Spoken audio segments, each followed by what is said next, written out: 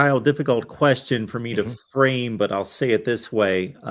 What do you believe it's going to take for Hugh Freeze to win over the Skeptics? And we'll keep it within the Auburn community because Right. obviously not everyone was for this hire. And he can't win any football games right now. Right. He can't do that until September.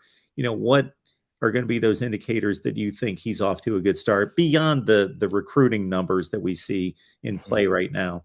Well, beyond the recruiting numbers, it's flipping commits. And we saw that with this class. I think it was, if my math is correct, 7 total flips that he solely and his staff and his group that he's leading are responsible for. So that's how you get that whole process started without being able to play games, how you win the group over, how you win the staff over, how you win the fan base, most importantly, over to your side. For those that are still unconvinced by not being able to see what's produced out there on the field.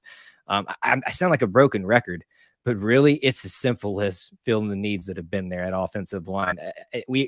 It sounds like we have a complex because we kind of do, because that's what it's been like over the last couple of years. And sure, you look at the offensive line recruits and you don't see, 5 stars on there or anything. I stress to a lot of people, don't pay so much attention to the stars. They're not unimportant, but they're not that important in my opinion. What matters is what you do, what stars you leave with when you arrive at Auburn. So for me, filling those needs and putting some semblance together in this first season of a unit that looks competent on the offensive line.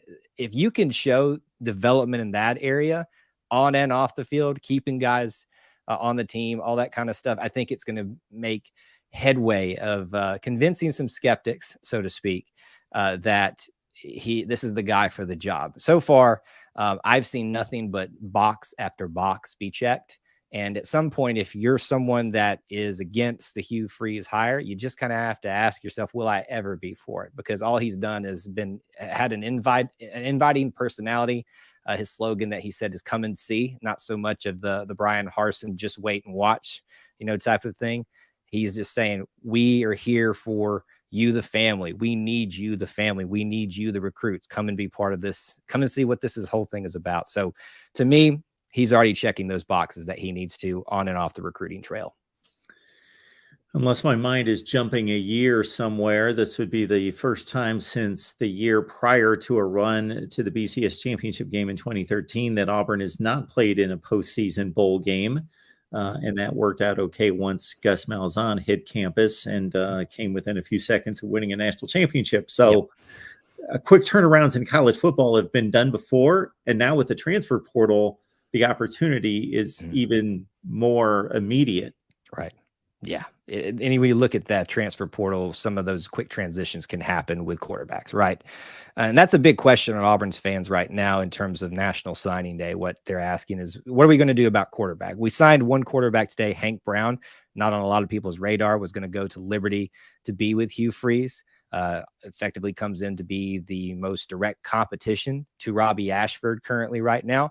So really the mind shift is now more to who is out there available for Auburn to take in the transfer portal, because we did have someone else, Keon Jenkins, I believe his name was, that was going to be part of this class and decided to go with FIU. And I don't blame him, kind of seeing the way the tea leaves were falling. We were in the running for the Grayson McCall sweepstakes. Leary was out there, who went over to Kentucky, I believe. And there's still a few other transfer portal names out there. So my assumption is there will be someone else coming in the transfer portal for Auburn that could result in that quick turnaround that as you've expressed, we've had a tendency to pull off a time or two. To me, I personally would rather us not have to have that be part of our story so frequently, but it's just the reality of what it is. So for me right now, the mind shift, I can't even say that word. The shift switches to focusing on who is available at quarterback and who's going to be the right fit. Hugh Freeze talked about that in his press conference. I'm not just going to go sign the biggest name out there. I'm going to go find the right fit.